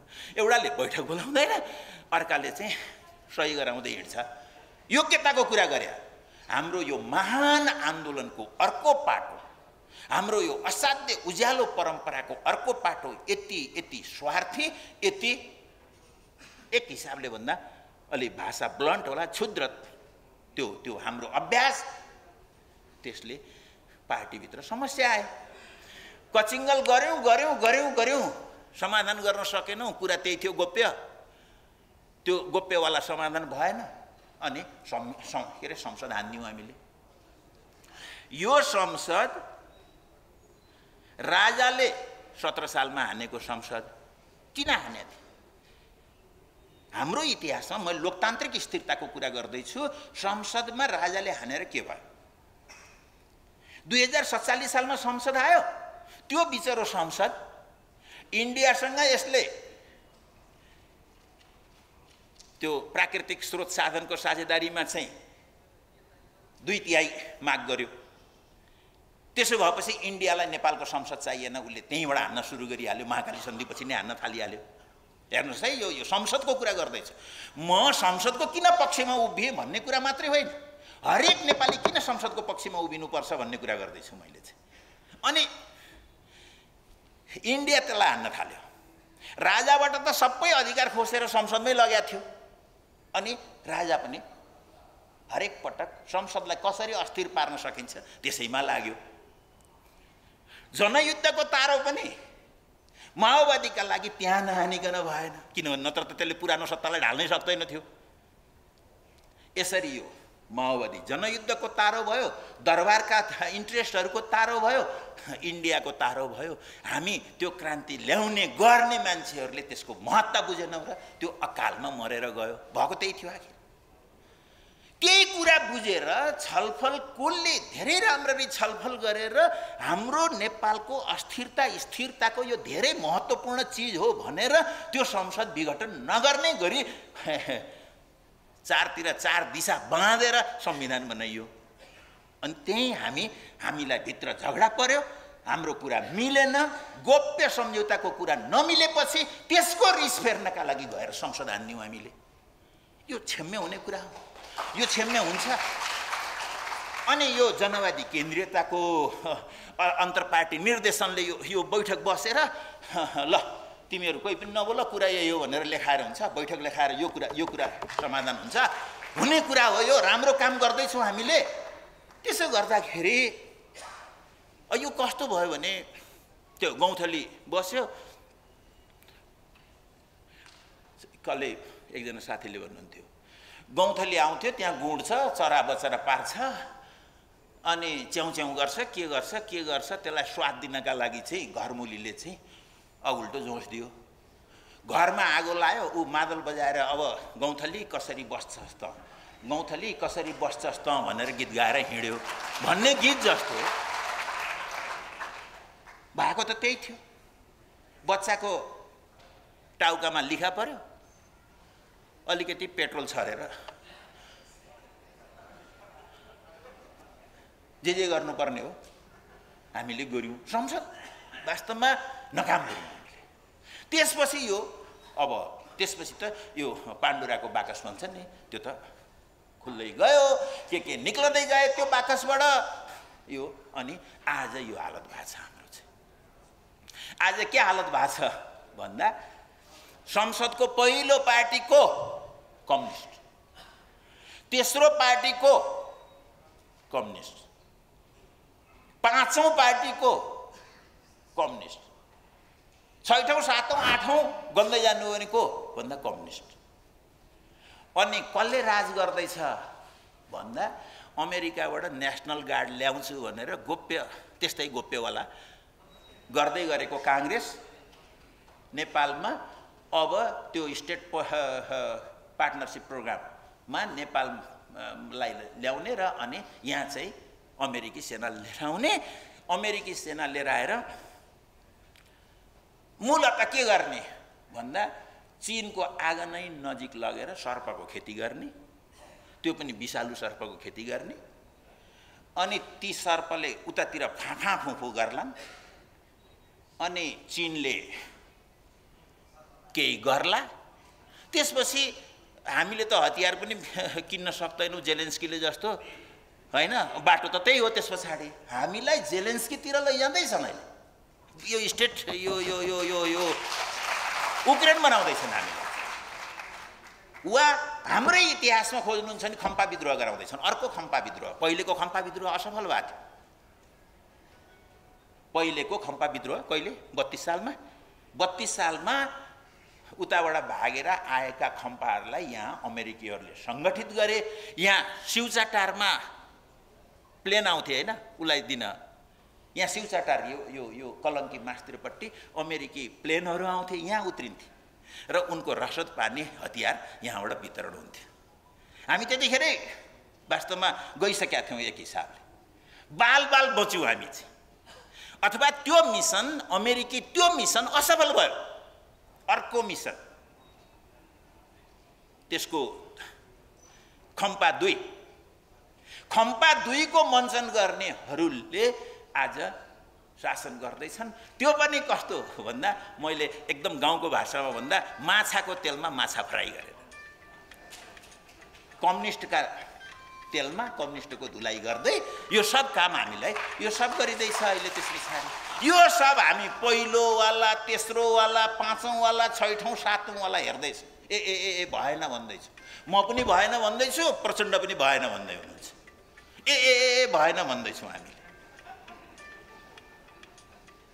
आज बाइ द वे यो चाहिँ बाहिर आयो समातियो भन्नुस् न पुलिसले भन्सारमा बेवारिसे सामान समात्या जस्तो त्यो कागज समातियो अमेरिकी एम्बेसीले के भन्छ भने हामीले यस्तो केही प्रस्ताव गरेका छैनौं भन्छ आज मन्त्रीले उत्तर दिएका छन् हामीले पनि प्रस्ताव गरेका छैनौं भनेर किनभने त्यो सामान खोज्न गयो भनेदेखि चोर समातिन्छ भन्सारमा बेवारिस फालिएको कागज जस्तो आज भागाभाग चल्दैछ अनि हामी कहाँ पुग्दैछौं हाम्रो अन्तर्राष्ट्रिय भूराजनीतिक जुन शक्तिहरू छन् भूराजनीतिक चलखेल छन् यसका दबावहरू छन् त्यो कति नजिकै आइसक्यो हाम्रो आफ्नै खुट्टा मुनि आइसक्यो पैताला मुनि आइसक्यो यो सारा कुरा हुँदैछ यो केले भएको भन्दा मैले लेफ्ट मुभमेन्टको कोणबाट हेर्दा वाम आन्दोलनको कम्युनिस्ट आन्दोलनको कोणबाट हेर्दा यो संकट जुन संकटको हामीले कुरा गर्दैछौं यो किन आयो भन्दा यो हाम्रा कारणले आयो कारण के थियो भने हामीलाई रिस उठेर हामीले संसद हिँडाइदियौं मलाई मन परेन मेरो कमरेड यो कमरेडको मन नपरे यो कमरेड मलाई मन नपरेपछि मैले संसद हिँडाइदिएँ यहाँबाट यसरी एकपछि अर्को यो सारा चीजहरू हुँदैछन् यो सङ्कट हो। आजको सङ्कट यसले बताउँछ। गर्दा गर्दा त के भयो भन्दाखेरि मैले यो दलाल पुँजीवाद भन्ने गरेको छु। कहिलेकाहीँ यसमा चाहिँ होइन यो इकोनोमिक सोसियल थ्योरीहरूमा पर्दैन पनि भन्छन्। यहाँ त दिनदिनै व्यवहारमा आइराखेको छ। गर्दा गर्दा दलाल पुँजीवादले पहिला पहिला प्रधानमन्त्री फकाउँथ्यो र प्रधानमन्त्रीले प्रस्ताव राख्थे, अर्थमन्त्री फकाउँथ्यो, अर्थमन्त्रीले प्रस्ताव राख्थे। अस्ति त धोतीपाटा फेरेर करका दरहरू घटाउन दलाल पुँजीवाद आफै गयो रे। त्यहाँ चाहिँ तपाईँहरूले सुनिराख्नु भएको छ। अहिले त्यहाँ पुगेको छ हाम्रो सत्ता, हाम्रो अवस्था त्यहाँ पुग्यो अहिले चाहिँ। भने यो सङ्कट किन हुँदैछ भन्दा अरू तमाम कारणहरू भन्न सकिन्छ, अरू तमाम कुराहरू भन्न सकिन्छ। मुख्यत हामीले उत्तर दिनुपर्दा, हामीले भन्नुपर्दा त्यो इमानका साथ भन्नुपर्छ। मैले गरेका गल्ती पनि भन्नुपर्छ, अरूले गरेका गल्ती पनि भन्नुपर्छ। हाम्रो कारणले हामी जनताले त्यो विश्वासका साथ, किनभने हामीले जुन कुरा गरेका थियौँ, हामी त 2 वर्षभित्रै त्यो अरबमा त्यो बिचरा त्यो 50 डिग्रीमा ऊँट चराइरहेको मान्छे, त्यसका छोराछोरी, तिनका ती सारा सपना हामी 2 वर्षभित्र पुरा गर्छौँ भन्दै थियौँ। तैपनि 4-5 वर्षमा कसो के नगर्लान्। मेरो श्रीमान फर्केर आउँदासम्म त कमसेकम अलि राम्रै नेपालमा आउला भन्ने त उनका श्रीमतीहरूले सबैले सोचेकै थिए। ती हामीलाई भोट दिने ती मान्छे, ती दुर्गम क्षेत्रका मान्छेहरू, ती गरिबहरू, ती सुकुम्बासीहरू, ती मेहनतकश मान्छेहरू वा गरी खाएकै मान्छेहरू पनि, मध्यमवर्गीय मान्छेहरू पनि, त्यो राष्ट्रिय पुँजीपति जसले कर तिर्छ र रोजगारी सिर्जना गर्छ, त्यो राष्ट्रिय पुँजीपति खुसी थियो। किनभने अब त स्थायी एउटा स्थायित्व छ, लोकतान्त्रिक स्थिरता छ। अब मुलुकमा जति लगानी गर्दाखेरि पनि मेरो लगानी डुब्दैन, मैले अलिकति ख्याल गर्नुपर्छ भन्दै थियो। कर तिर्छु, अझै बढी कर तिर्छु भनेर भन्दै थियो। त्यहाँसम्मका पनि मान्छेहरू खुसी थिए, आशा थियो, विश्वास थियो। हामीले त्यसलाई पानी फेरेका छौँ। यसर्थ एउटा डरलाग्दो सङ्कट आज जुन बेहोरिराखेका छौँ, यो हाम्रा कारणले हो भन्ने कुरा स्वीकार गर्नुपर्छ। अन्त सारेर यो सङ्कट समाधान हुँदैन भन्ने मलाई लाग्छ। सङ्कटका बारेमा यिनै कुरा मलाई लाग्छ। आज पनि हेर्नु न, आज मान्छे चाहिँ यसो हेऱ्यो, माओवादी हाम्रो 106 सिट थियो, 20 सिट आयो कि 21, 22 122 आयो। देख्यौ भनेर हिँड्दैछ। समाजवादीको अलिक कम आयो, यी दुईटाले धोका दिए भनेर वक्तव्य निकाल्दैछ। अनि त्यो 122 वाला चाहिँ शेरबहादुर देउवाको डोली बोकेर थाकेको छैन, अझै कहिले थाक्ने हो। अनि हामी चाहिँ हार्यौँ। पहिले यसो हेऱ्यौँ, ठिकै भयो, चुनाव राम्रो भयो, हामी जित्छौँ भन्यौँ। चुनावको अलि परिणाम आउन थालेपछि त्यस पछाडि चाहिँ होइन, यो सब अन्तर्घात भएछ भित्रभित्र भन्यौँ। तेस्रो दिन हामीलाई कसले के भनिदियो, त्यस पछाडि हामीले यो सब धाँधली भएर यो भएको भनेर भन्यौँ। हामी जिम्मेवारी लिने पक्षमा अझै पनि छैन। हामी कुरा लुकाउँदैछौँ, हामी देशवासीसँग कुरा लुकाउँदैछौँ, पार्टीका ती लाखौँ मान्छेहरूसँग कुरा लुकाउँदैछौँ। हाम्रो पार्टीलाई माया गरेर, हाम्रो पार्टीको भविष्य देखेर, त्यो भविष्यसँग आफ्नो भविष्य देखेर, आफ्ना सन्तानहरूको भविष्य देखेर भोट हाल्ने, त्यसका पक्षमा लाग्ने ती सारा मान्छेहरूसँग झुट बोल्दैछौँ। साँचो कुरा के हो भने हामी माथि झगडा गऱ्यौँ, यो झगडाको परिणाम राम्रो निक्लेन। कुरा त यही हो। योभन्दा अरू केही हुन्छ? कुरा सपाट छ।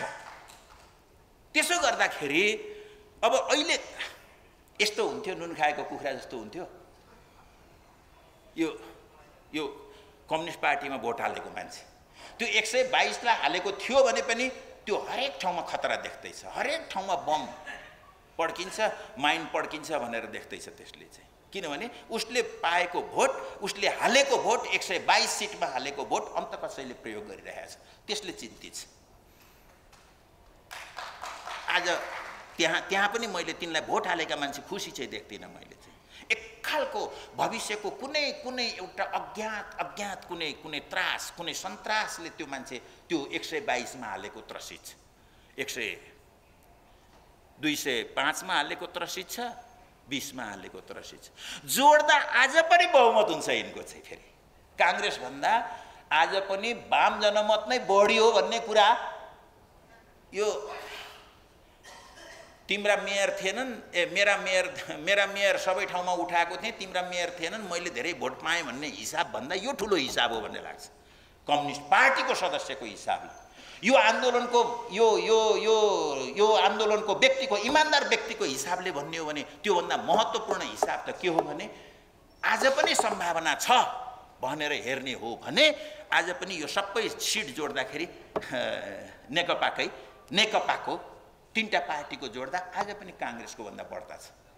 अझ हामी एक ठाउँमा भएर जान पाएको भए 575 भन्दा बढी सिट जितेर यो कम्युनिस्ट पार्टीको कुनै योद्धा, यसको सदस्य, यसका भोटर, यसका समर्थक, यसका शुभचिन्तक, ती मान्छे अहिले तपाईँ तिनको मनोविज्ञानको कल्पना गर्नुहोस्। 575 सिट लोकल सिट जितेको मान्छे त्यो जनमतले आउने मङ्सिरको चुनावलाई कसरी प्रतीक्षा गरिरहेको हुन्थ्यो। आज हामीले चुनाव भन्ने बित्तिकै अलि के हो भन्नुपर्ने ठाउँमा छ। किन यस्तो भइरहेको छ भन्दाखेरि यो हाम्रा कारणले, यो दुनियाँलाई हामीले सुनाउन सक्नुपर्छ भन्ने मलाई लाग्छ, यो सत्यलाई स्वीकार गर्नुपर्छ भन्ने मलाई लाग्छ। आज पनि हामीले केही कुरा गर्यौँ, मैले केही कुरा उठाएँ, यो चुनावभन्दा अगाडिदेखि उठाइराखेको छु मैले चाहिँ कि एकता वा सत्यानाश हामीसँग दुईटा बाटा छन् भनेर भन्दाखेरि त्यतिखेर त कसैले यो कुरा सुनेन। अब अहिले आएर मान्छेहरू के भन्दैछन् भन्दाखेरि यो असम्भव छ, चुनाव आइसक्यो असम्भव छ भन्दैछ। के का कारण? मैले कमरेड माधव कुमार नेपालसँग धेरै पटक सोधेको थिएँ, मैले कमरेड प्रचण्डसँग धेरै पटक सोधेको छु, अस्ति पछिल्लो बैठकमा मैले कमरेड ओलीसँग सोधेको छु। मैले उहाँसँग भनेको थिएँ, ओली कमरेड मेरा अध्यक्ष, विचारमा यो प्रचण्ड र माधवजीको पार्टी एकीकृत माओवादी केन्द्र र यो एकीकृत समाजवादीसँग विचारमा के चाहिँ भिन्नता हो? एउटा विचारमा के चाहिँ भिन्नता हो भनिदिनुहोस्। सिद्धान्तमा त्यो विचारलाई व्याख्या गर्ने, इम्प्लिमेन्ट गर्ने एउटा प्लान हुन्छ, सिद्धान्त भन्छौँ हामी त्यसमा। त्यो यसको लामो श्रृङ्खला छ, रणनीति, कार्यनीति, नीति, यी तमाम कुरा छन्। यी सारा कुरामा के चाहिँ भिन्नता छ? विचारमा के भिन्नता छ, सिद्धान्तमा के भिन्नता छ र सङ्गठनात्मक कार्यदिशामा के भिन्नता छ? एउटा भिन्नता बताइदिनुहोस् भन्दा यी कसैले बताउँदैन। केवल के कुरा छ भन्दा गाली गलौज छ। अहिले मैले भने जस्तै हामीलाई एक हिसाबले भन्दा अलि राम्रो त हुँदैन, त्यो जनावर जस्तो कि हामीलाई पाल्तु बाँदर जस्तो नि, उसले मास्टरले मुस्कायो भने हामी खितिथिति हाँस्नुपर्ने, सबै दाँत देखाएरपट्टि, उसले अलिकति आँखा तर्यो भनेदेखि हामी पुरा एकदम सिरियस भइहाल्नु पर्ने, त्यो खालको चाहिँ त बन्दी एउटा उसमा बनाएर राखेको छ हामीलाई चाहिँ यो स्ट्रक्चर त्यस्तो बनाएको छ। यसले गर्दाखेरि चाहिँ समस्या यहाँनिर छ। तर केमा समानता के हो भन्दा हिजो हामीले पहिला भन्थ्यौँ यो समाज अर्धसामन्ती अर्धौपनिवेशिक हो, यो अर्धसामन्ती अर्धौपनिवेशिक मुलुकमा सामन्तवादका विरुद्ध लडेर श्रम मजदुर वर्गको नेतृत्वमा किसानहरूलाई समेत साथ लिएर, राष्ट्रिय पुँजीपतिलाई समेत साथ लिएर त्यो सामन्ती सत्तालाई अन्त्य गरेर नयाँ जनवाद ल्याइनेछ भन्ने हाम्रो रणनीति, कार्यनीतिको एउटा श्रृङ्खला हुन्थ्यो हाम्रो। हामीले यसलाई पछि समाज कसरी बदलिँदै गयो, समाज कसरी पुँजीवादी भयो भन्ने कुरामा हाम्रो समानता छ। तर यो पुँजीवादको चरित्र मूलतः दलाल छ भन्ने कुरामा हाम्रो कुनै उ छैन। अब हामी जाने समाजवादतिर हो, तर त्यो समाजवाद एकैचोटि आउँदैन। हामीले राष्ट्रिय पुँजीको पर्याप्त विकास गर्नुपर्छ र त्यसरी जानुपर्छ भन्ने कुरामा कसैको भिन्नता छैन। तीनटै पार्टी यही लेख्छ। हिँड्ने प्रस्थान बिन्दु ठिक छ, एउटै हो, बीचको बाटो ठिकै छ, उही हो, पुग्ने कहाँ हो त्यो पनि उही हो। केमा भिन्नता छ त भन्दा अहङ्कार र केवल अहङ्कार बाहेक यो आन्दोलनमा केही बाँकी रहेन। अनि इतिहासमा त्यस्तो भयो, कुनै राजालाई अर्को राजाका विरुद्ध रिस उठ्यो, उसले छोरी दिएन वा के गर्यो केही भयो होला, अथवा आफ्नो ज्वाइँको राज्य थियो कहीँ, त्यो राज्यका विरुद्धमा आँखा लगायो होला, अनि त्यो जमिनदारले, त्यो जमिनदारी शासनले, सामन्ती शासनले त्यसमाथि आक्रमण गर्थ्यो। त्यो एउटा बेला थियो, त्यो एउटा काल थियो। आज हेर्नुहुन्छ भने विचारको केही भिन्नता छैन, केही छैन, केही छैन, केही छैन, केवल उनीसँग रिस उठ्यो। योभन्दा केही छ? केही छ भनेर भन न भन्दा कोही बोल्दैन। यो तीनटै पार्टीमा बोल्दैन, बोल्छन्? सोध्नुहोस्। म कमरेडहरूलाई, तपाईँ युवा साथीहरूलाई आजको मुख्य प्रश्न भनेको यी तीनटै पार्टीका खास नेतालाई समात्नुहोस् र सोध्नुहोस्, तिमी किन फुटेका हो भनेर सोधिदिनुहोस्। बाटोमा समात्नुहोस् यिनलाई, कार्यक्रममा समात्नुहोस् यिनलाई, प्रश्न सोध्नुहोस् यिनलाई, यिनलाई लेख लेख्नुहोस् तपाईँले, तपाईँको सोसल मिडिया यसमा चलाउनुहोस्, सोध्नुहोस् त। यदि यति मात्रैले पनि अलिकति हामीले उ गऱ्यौँ भने, यहाँबाट खबर गऱ्यौँ भने, देशका विभिन्न ठाउँमा यस्तै प्रश्न गरौँ हाम्रो नेताहरूलाई भनेर भन्यो भने 1 महिनाभित्र यिनलाई ठिकठाक पार्न सकिन्छ, यिनलाई समात्न सकिन्छ, ल्याउन सकिन्छ भन्ने लाग्छ है मलाई चाहिँ। किनभने हिजोको काल छैन। त्यो लेनिन रुसको क्रान्तिका नेता हुन्, तर रुसमा त्यहाँ फेब्रुअरी रिभोल्युसन भएको थियो एकचोटि, महिलाहरूले सुरु गरेको आन्दोलनबाट त्यो क्रान्तिमा रूपान्तरित भएको थियो। जार शाहीलाई त्यसले लथालिङ्ग पारिदिएको थियो। त्यो क्रान्तिको नायकले धेरै दिनपछि थाहा पाएको थियो।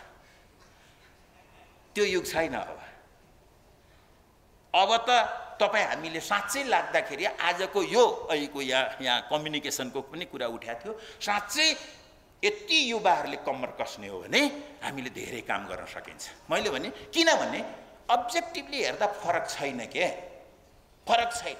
अरू जे बुनिएको छ त्यो यतापट्टि जनयुद्धको अलिकति बढ्ता कुरा होला, अबका लागि त्यो कुनै बेकारको चिज हो। त्यो चाहिँ यतापट्टि चाहिँ जबज भन्ने चिज होला। त्यो जबज त हामीले त्यसलाई विकसित गरेर अगाडि बढिसक्यौँ भन्ने कुरा हो। त्यो जबजलाई चाहिँ त्यो आफ्नो मागी खानो भाँडो बनाएर, अस्ति त्यहाँ चाहिँ एउटा कुरा चल्दै थियो, कैयन ठाउँहरूमा आफ्नो बच्चाहरूलाई चाहिँ हात भाँचिदिएर, खुट्टा भाँचेर, अनि त्यस पछाडि चाहिँ वा पोलेर, पानीले पोलेर, आगोले पोलेर, अनि भिख माग्दै हिँड्ने क्या, भिख माग्दै हिँड्ने। अब पनि जनयुद्धको कारणले, हिजो 10 वर्ष 20 वर्ष अगाडि भएको जनयुद्धको कारणले आज हाम्रा सन्तानहरूको भविष्य यदि रोक्न खोजिन्छ भनेदेखि त्यो बच्चालाई त्यो घाइते बनाएर खुट्टा भाँचेर यो माग्न हिँडे जस्तै। यदि त्यो जबजले हाम्रो क्रान्ति रोक्छ भने, अग्रगमन रोक्छ भने, यदि एकता रोक्छ भने त्यो जबजको काम हुन्छ? त्यो कस्तो जबज हो जसले कम्युनिस्टहरूको बिचको एकता रोक्छ? त्यो कस्तो जनयुद्ध हुन्छ जसले कम्युनिस्टहरूको बिचको एकतालाई रोक्छ?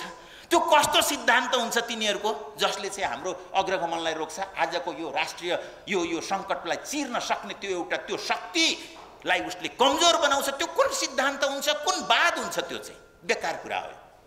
यो सब बकवासबाट माथि उठ्नका लागि म कमरेडहरूलाई एकताबद्ध हुनका लागि म अपिल गर्छु। म संक्षिप्तमा भन्छु, लास्टतिर समय पनि छैन हामीसँग, कि यो यति गर्दै हुन्छ वा समस्या यही मात्रै थियो? यस्तो मात्रै थिएन। कुरा के थियो भने हामीले यति भनिसकेपछि यो पुँजीवादी समाज हो, यसको चाहिँ मुख्य चरित्र दलाल पुँजीवाद हो, यसको मुख्य डोमिनेन्ट क्यारेक्टर भनेको त्यो भनेको पैसा कमाउने हो, रोजगारी सिर्जना नगर्ने हो, सम्पत्ति कमाइराख्ने हो तर उत्पादन नगर्ने हो, वस्तु वा सेवाको उत्पादन पनि गर्दैन, धेरै जसो ट्याक्स पनि तिर्दैन, त्यस्तो पुँजी हो। यो पुँजीको ठाउँमा हामीले उत्पादक पुँजी बनाउँछौँ। त्यो पुँजीलाई हामी राष्ट्रिय पुँजी भन्छौँ। त्यो राष्ट्रिय पुँजीको विकास 10 वर्ष 15 वर्ष 20 वर्ष गरेर गएपछि त्यसबाट आर्जित वैभवलाई हामीले सँगसँगै हाम्रा दलितहरू, हाम्रा श्रमिकहरू, दुर्गम क्षेत्रका बासिन्दाहरू, तिनलाई त्यो ठाउँमा हामीले वितरण गर्दै गर्छौँ। तिनको स्वास्थ्यको राम्रो व्यवस्था गर्छौँ, राम्रो ग्यारेन्टी, तिनको स्वास्थ्यको ग्यारेन्टी गर्छ राज्यले, शिक्षाको त्यसले ग्यारेन्टी गर्छ। यसरी हामी चाहिँ अगाडि बढ्छौँ भन्ने मोटो सिद्धान्त हामीले बनायौँ। तर त्यहाँ समस्या कहाँ थियो भन्दाखेरि, यो मैले किन भन्दैछु भन्दाखेरि यो पार्टीमा, मेरो पार्टीको कुरा गरेँ मैले, मेरो पार्टीमा यो घनश्यामले जहिलेसुकै कमरेड ओलीको विरुद्ध किचलो झिक्छ भन्ने मान्छेहरूलाई बनाइएको छ। पढाएको पढाइ किचलो झिक्छ। उहिलेदेखि एकजना कमरेड जो कमसेकम दर्जन पटक मल्लयुद्ध गरिसक्नुभयो होला टिभीमा। त्यो कमरेडले त ऊ विभाजनदेखि पहिलेदेखि के अरे विभाजनमा रमाउँथ्यो भनेर पनि भन्नुभएछ। यस्तो बनाइएको छ, यस्तो प्रस्तुत गरिएको छ। तर कुरा त्यस्तो थिएन। कुरा के थियो भने राष्ट्रिय पुँजीको विकास गर्ने हो भने राष्ट्रिय पुँजीको विकास गर्ने कार्यक्रम के हो भन्ने मेरो प्रश्न थियो। आज पनि छ, हिजो महाधिवेशनमा पनि त्यही हो, विधान महाधिवेशनमा पनि त्यही हो, मेरो माग त्यो। यसलाई भनिदिनु न, राष्ट्रिय पुँजीको विकास कसरी हुन्छ? अहिले जस्तै हुन्छ? अहिलेको हिसाबले भन्ने हो भनेदेखि त उम्मेदवार पनि हामीले आउटसोर्सिङ गर्न थाल्यौँ। अब अन्तर्गत उम्मेदवार ल्याउने, तिनैले जित्छन्, समाजवाद तिनैले ल्याइदिन्छन् भन्ने नै तिर जाँदैछौँ। अब हामीलाई कार्यकर्ता, पार्टी, प्रशिक्षण, विचार यो त केही पनि चाहिँदैन हैन। अर्कैले बनाइदिएका छन्, केही मोडलहरू बनाइदिएका छन्, केही धन्ना सेटहरू बनाइदिएका छन्, केही त्यस खालका मान्छेहरू बनाइदिएका छन्। बस यतापट्टि अवसर देऊ, आउटसोर्सिङ गर। आउटसोर्सिङमा नै गयो क्रान्ति। अब समाजवाद त आउटसोर्सिङबाट नै आउने भयो हाम्रोतिर। अहिलेको व्याख्याको हिसाबले भन्ने हो भने यसरी हुँदैन। त्यसो गर्दा खास गरी कृषिमा हामीले के गर्छौँ? हामीले भन्नुपर्छ। मेरो विचारमा भन्ने हो भने कृषिमा सामान्यतया मैले थोरै 13 महिना कृषि हेरेँ। त्यो अमेरिका, जापान, इन्डिया, चाइना जहीँसुकै पनि कृषिको संरक्षण गर्नु भएन भने काम लाग्दैन। अहिले चाहिँ हामी यान्त्रिकरण, केकरण, आधुनिकीकरण, एक्सपोर्ट गर्ने जे भन्दैछौँ यो बकवास हो। बाबा कृषिमा जसले उत्पादनमा भाग लिन्छ त्यो मान्छे घाटामा जाँदैन भन्ने कुराको ग्यारेन्टी गर्नुहोस्। अरूले त्यही गरेका छन्, हामीले त्यही गर्नुपर्छ। कति वर्षमा यो गरौँला? हामीले चटपटे कुरा गर्दा त त्यो जे पनि गरौँला, तर हामीलाई धेरै राम्ररी काम गऱ्यौँ भने 5 वर्ष लाग्छ।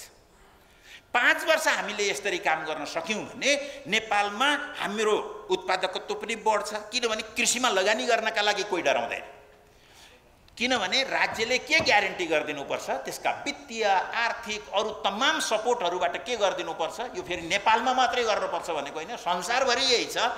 यही गर्नुपर्छ कि उसले जसले काम गर्छ त्यो घाटामा जाँदैन भनेपछि उसले लगानी गर्छ, किनभने नाफा हुन्छ, त्यसले यान्त्रिकरण हुन्छ।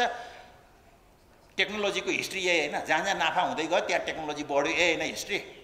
अनि त्यसलाई नाफाको बिजनेस बनाइदिनु, यो राज्यले जिम्मा ल्याउँ।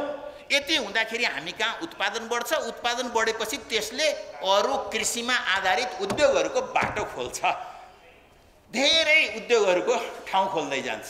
यतापट्टि कृषिबाट यो श्रम शक्ति निक्लँदै जान्छ, त्यो श्रम शक्तिलाई हामीले उद्योगतिर सिफ्ट गर्दै जान्छौँ। सँगसँगै हाम्रो जस्तो मुलुकमा हामीले पर्यटनमा अलिकति बढी जोड दिन्छौँ, त्यहाँ पनि हामीले चाहिँ हाम्रो जनशक्तिलाई सिफ्ट गर्दै जान्छौँ। हाम्रो ऊर्जा, हाम्रो जल स्रोतलाई हामीले त्यसको आवश्यकता, खास गरी कृषि उद्योग सम्बन्धको आवश्यकताले निर्माण गर्दै जान्छौँ। मूलतः हाम्रो अर्थतन्त्र यसै गरी 5, 7, 10, 15 वर्ष, 20 वर्ष अगाडि जाँदै गर्दाखेरि हामी कृषि र उद्योगमा पनि हामीले चाहिँ त्यो खालले योजनाबद्ध रूपले काम गर्दै जान्छौँ। र शिक्षा र स्वास्थ्यलाई हामी क्रमशः 5 वर्ष, 7 वर्ष, 10 वर्षभित्रमा यो प्राइभेट र यो पब्लिकको यो जुन अहिले डिभिजन छ, यो डिभिजनलाई चाहिँ हामीले सकिदिन्छौँ। त्यसका लागि धेरै महत्त्वपूर्ण काम एउटा छ, त्यो सुशासन बनाउनु पर्छ। सुशासन भनेको यो भ्रष्टाचारसँग सम्बन्धित भन्छौँ, हामी छलफल गर्छौँ, संसदमा छलफल हुन्छ, पार्टीहरूमा छलफल हुन्छ, भाषण हुन्छ, ट्रेनिङ हुन्छ। तर भ्रष्टाचारको कुरा अन्त्यतः कहाँ गएर टुङ्गिन्छ भन्दाखेरि भन्सार र मालको यो सुब्बा र खरदार कहाँ गएर टुङ्गिँदो रहेछ। त्यसो गर्दा नेपालको भ्रष्टाचार भनेको ठुल्ठुला कुराकानी गऱ्यो, भ्रष्टाचार गएर समातिन्छ को भन्दाखेरि माल र यो भन्सारको करको यी हाकिम साकिम मार्थे ठुला समातिँदैन। यसको जरो हामीले त्यो खालको पार्टी नभइकन हुँदैन भन्ने हो मेरो प्रस्ताव। अथवा मैले पार्टीमा निरन्तर राखिराखेको मेरो प्रस्ताव के हो भने घुस नखाने नेताको पार्टी नभएसम्म घुस नखाने राज्य बन्दैन। घुस नखाने नेताहरूको पार्टीले मात्रै यो राज्यमा हस्तक्षेप गर्न सक्छ र ती सबै माथिदेखि तलसम्मका, सचिवदेखि तल पिएनसम्मका यो कुरा सुधार्न सक्छ। किन मलाई लाग्दै गरेको, मैले करिब 20 वर्ष, अझै बढी भयो, 30 वर्ष जति हुन लाग्यो मैले भन्न थालेको, भ्रष्टाचार छ, यत्रतत्र छ। सबभन्दा धेरै यसै हेर्दाखेरि ब्युरोक्रेसीमा छ। तर ब्युरोक्रेसीमा जुन भ्रष्टाचार छ त्यो हाम्रो फोटोकपी मात्रै हो। भनेको हामी राजनीतिक मान्छेहरूको फोटोकपी हो, मुख्य कपी त्यसको ओरिजिनल कपी चाहिँ हामी हौँ भन्ने हो। त्यसरी पार्टी निर्माण गरौँ। कृषिमा हामी ध्यान दिन्छौँ, उद्योगमा हामी ध्यान दिन्छौँ, अरू पर्यटन र ऊर्जालाई चाहिँ हामीले त्यसरी ध्यान दिन्छौँ र शिक्षा र स्वास्थ्यको जिम्मा दिन्छौँ, सुशासन बनाउँछौँ। र एउटा अर्को महत्त्वपूर्ण कुरा छ जुन कुरा अब छलफल गर्नुपर्ने छ, बेला बेलामा हामीले उठाउँदै पनि आएका छौँ। हामीले आज मात्रै उठाएको होइन, पार्टी भूमिगत हुँदाखेरि राजाले ल्याएको यो के अरे शान्ति क्षेत्रको प्रस्तावलाई समेत त्यतिखेर भूमिगत पार्टीले, कम्युनिस्ट पार्टी नेकपा मालेले समर्थन गरेका थियो। त्यसको कारण के थियो भन्दाखेरि हाम्रो भूराजनीतिक अवस्थिति नै थियो। अब त यो झन् आवश्यक भयो। हामी शान्ति क्षेत्रको यही नाम राख्दाखेरि राजाको गन्ध आउँछ भने अर्को केही नाम राखौँ, योभन्दा राम्रो नाम राखौँ, केही भएन।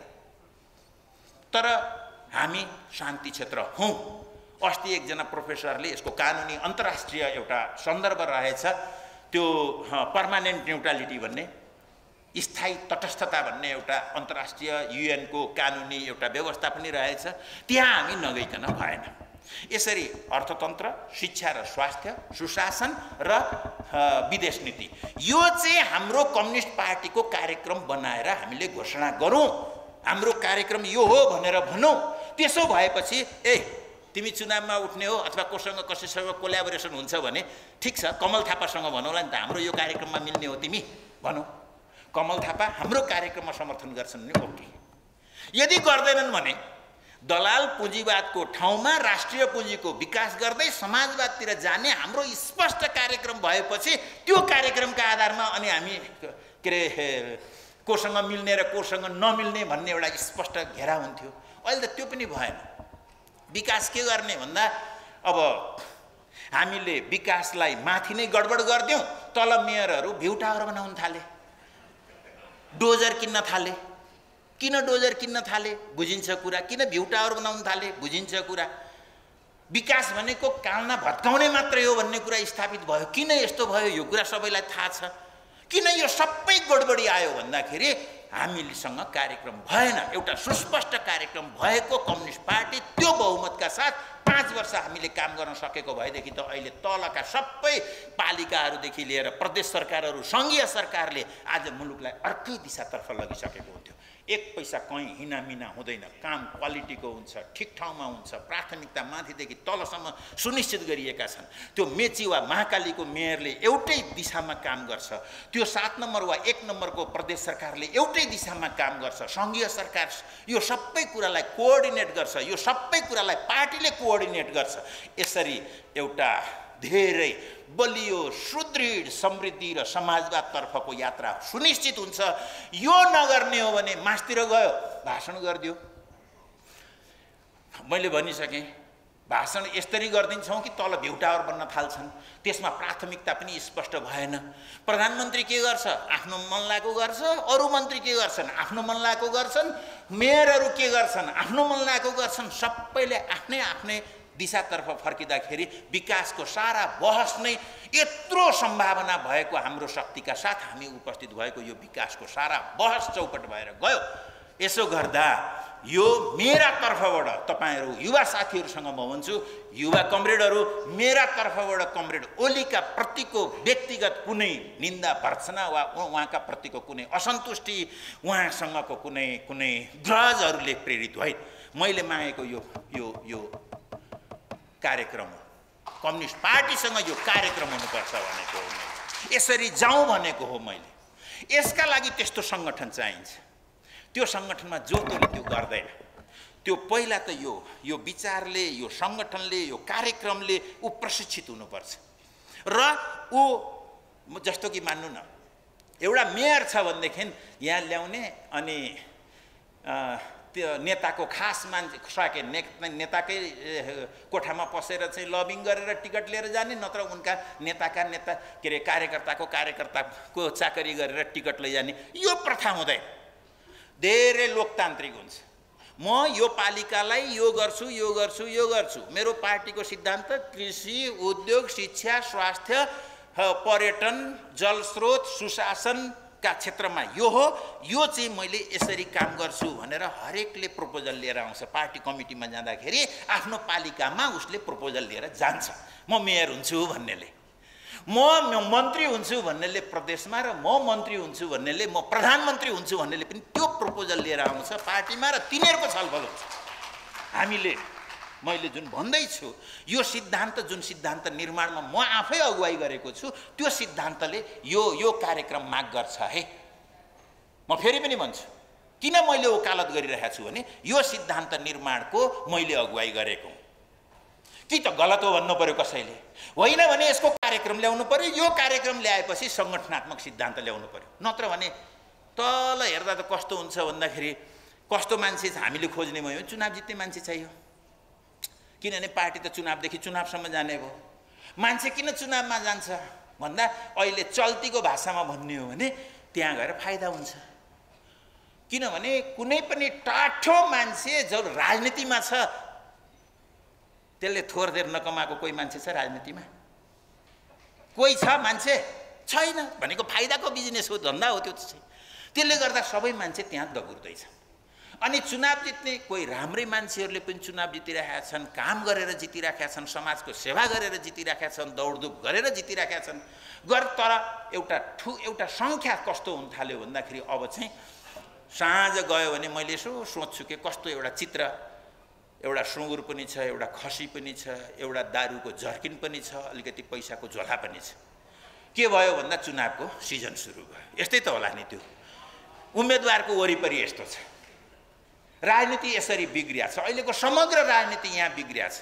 यस्तो राजनीतिलाई ठिक ठाउँमा लैजानका लागि कम्युनिस्ट पार्टीको के कार्यक्रम हो, कस्तो सङ्गठन हो र के पद्धति हो जसले चाहिँ यो अरू काङ्ग्रेस वा अरू राजनीतिक पार्टीभन्दा फरक छ भनेर ल्याउनु पर्छ कि पर्दैन भन्ने मेरो माग। मैले मागेको त्यही कुरा, यो कचिङ्गल गर्न मैले खोजेको है। यो गरेर अगाडि जाँदाखेरि मात्रै हामीले मुलुक बनाउन सकिन्छ भन्ने कुरा गएको 10 वर्षदेखि म भनिरहेको छु। कोही यो गलत हो पनि भन्दैन।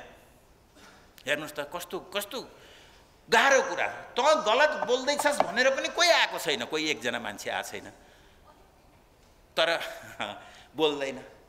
केही मान्छे बुझ्छन् तर किन बोल्दैनन् भन्दाखेरि यो अहिले तत्काल पास हुनेवाला छैन, पास गर्न नदिनेले चाहिँ टिकट दिनेवाला छैन फेरि, त्यसले गर्दा चुप छ, ऊ मान्छे बोल्दैन।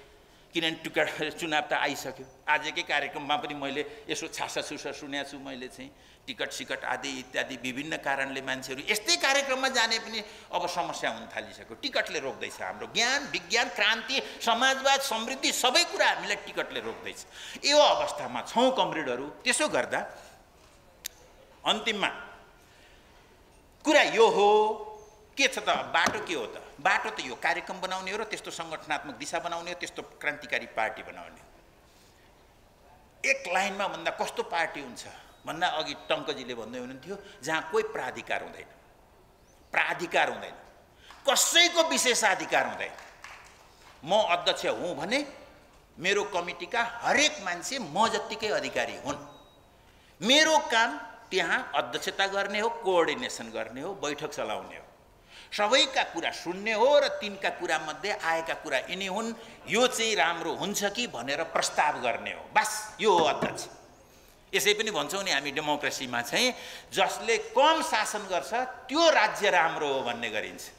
जसले कम शासन गर्छ त्यो अध्यक्ष बनाउन खोजेको माथिदेखि तलसम्म त्यो डेमोक्रेसी हुनेछ। यस्तो डेमोक्रेसी जहाँ मुख्य मान्छेलाई तल त्यो खरदार सुब्बालाई समातेपछि भ्रष्टाचार अन्त्य हुन्छ, माथिकालाई भन्न नपाउने भएपछि जहाँ माथिल्लो मान्छे पार्टीको लिडर, पार्टीको अध्यक्षमाथि क्वेसन गर्न सकिन्छ, त्यस्तो पार्टी बन्यो भने तल आफै सुध्रिँदै जान्छ। हामी त्यस्तो पार्टी बनाउन खोजेको हो, बनाउनु पर्ने आवश्यकता त्यो हो। त्यतातिर जानका लागि एउटा बौद्ध परम्परामा एउटा कथा छ। कसैले बाण हान्यो, त्यसो भएपछि अब के गर्ने भन्नेमा सायद यो जातक कथाको हाम्रो पण्डित नै हुनुहुन्छ टङ्कजी हैन, अनि त्यहाँ चाहिँ एउटा यसको उपचार तत्काल गरिहाल्ने कि यो बाण कहाँबाट आयो, कसले हान्यो, कुन एङ्गलबाट हान्यो, के मोटिभले हान्यो आदि इत्यादिको बहस गर्ने भन्दा अहिले यसलाई रोकिहाल्ने।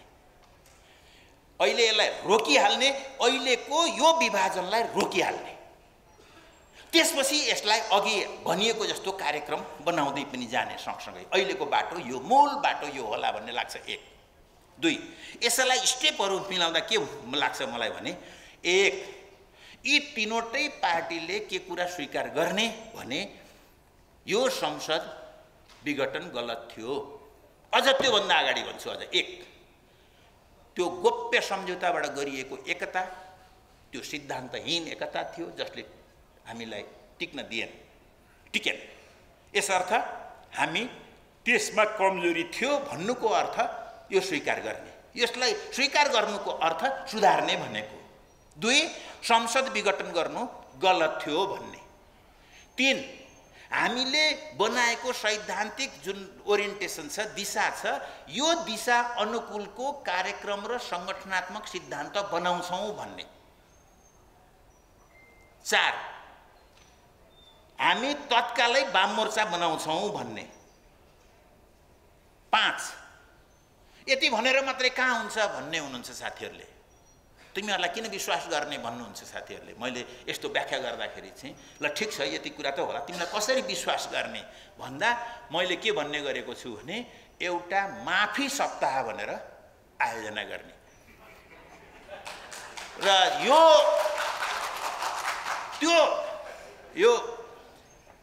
यो हाँसो उठ्दो तर भएको कुरा हो। विभिन्न ठाउँमा यस्तो भएको छ। यो सत्य निरूपण तथा यो छ नि, त्यो पनि त्यही माफी मिम्नावाला नै हो। त्यो पनि यस्तो प्र्याक्टिस छ। त्यसो गर्दा त्यो अस्ट्रेलियामा त्यो सरी डे मनाउने गरिया छ। त्यसको कारण त्यही हो कि इतिहासमा गोरा पुर्खाहरूले तिमी कालाहरूमाथि अबोरिजिनहरूमाथि गरेको अत्याचारका लागि हामी माफी माग्छौँ भनेर त्यहाँ सरी डे भनेर मनाउन थालिया थियो। हामीले पनि 1 हप्ता वामपन्थीहरू यी कामहरू गरौँ। हामीले गोप्य यो वाला एकतावालालाई स्वीकार गरौँ गल्ती थियो भनेर। 2 यो संसद विघटन थियो गल्ती थियो भनेर हामीले स्वीकार गरौँ। 3 भविष्यमा चाँडै हामीले कार्यक्रम र संगठनात्मक सिद्धान्त त्यस अनुकूल बनाउँछौँ भनेर घोषणा गरौँ। त्यो भनेको चुनावपछि हामी महाधिवेशन गरौँला भनेको हो।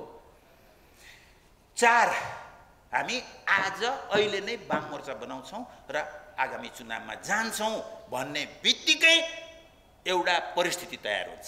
केही सन्देह बाँकी रहन्छ। त्यो सन्देहलाई हामीले भदौको 1 गतेदेखि हुनसक्छ हामीले एउटा माफी सप्ताह मागौँ कि हामीले दुनियाँसँग गएर भनौँ, कि तपाईहरुले जुन माया गर्नुभयो, शहीदले जुन रगत बगाए, हामीलाई मान्छेले जुन हिसाबले जुन विश्वासले भोट दिए तिनका प्रति हामीले न्याय गर्न सकेनौं। इतिहासमा कैयन पटक हामीले राम्रो गर्यौं, कैयन पटक हामीले बिराका पनि छौं। बिराको ठाउँमा हामीले आत्मलोचना गरेर आएका छौं। अहिले हामीले आत्मलोचना गर्छौं, तर अब हामी यस्तो नफुट्ने कार्यक्रमका साथ, नयाँ संगठनात्मक सिद्धान्तका साथ लोकतान्त्रिक पार्टी बनाएर जान्छौं र हामी अब मुलुकमा यो खालको यो ताण्डव हामीले गर्दैनौं, यो गल्ती गर्दैनौं भनेर दुनिया समक्ष गएर हामीले भन्यौं भने जनताले एकचोटी हामीलाई विश्वास गर्नेछ भन्ने लाग्छ मलाई चाहिँ। यो गर्नका लागि अब हामीले के गर्ने त?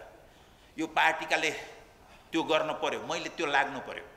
टंकजी आफ्नो कमिटीमा लाग्नु पर्यो, कमरेड प्रचण्ड लाग्नु पर्यो, प्रचण्डको कमिटीमा भएका मान्छे लाग्नु पर्यो, माधव कमरेड लाग्नु पर्यो, यहाँ आएका केही साथीहरू मैले 1-2 जना देखेको पनि छु, त्यो पार्टीमा पनि लाग्नु पर्यो। तर समग्रतामा युवाहरूले के गर्ने भन्दा यो गर्छौ कि गर्दैनौ भनेर हर ठाउँमा तिनलाई समात्ने, हर ठाउँमा तिनलाई चाहिँ प्रश्न गर्ने, तिन यो कुरा उठाउने, त्यो क्याम्पसमा युनिभर्सिटीमा यस्ता बहसहरू राख्ने, गोष्ठीहरू राख्ने, छलफल गर्ने र यिनीहरूलाई फुटवादीहरूलाई, विभाजनकारीहरूलाई, यो आन्दोलनलाई सत्यानाश गर्दाखेरि आफ्नो फाइदा देख्नेहरूलाई म यसो हेर्छु। अहिले मैले भने केही मान्छेहरू त अब यो सकियोस्, ती नेताले ठक्कर खाउन् भन्दैछ। अर्का खालका केही मान्छेहरू छन्, एकता ज्यान जलाउँदैन, हामी एक्लै लड्छौँ भन्छ यता यो एमालेमा भएकोले, उताकाले कुनै हालतमा हुँदैन, हामी एमालेलाई ठेगान लगाइदिन्छौँ भन्दैछ। तिनीहरू यस्तो बोल्नेहरू साँच्चीकै लगेर यो कहीँ ठोक्न खोज्दैछन् र फाइदा लिन खोज्दैछन् तिनीहरू। यिनीहरू सबैबाट आन्दोलन बचाउनका लागि तपाईँ हामी खास गरी युवा साथीहरू अगाडि बढ्नका लागि म अपिल गर्छु। लामो कुरा गरेँ, माफी माग्दै बिदा हुन्छु। हस्, धन्यवाद।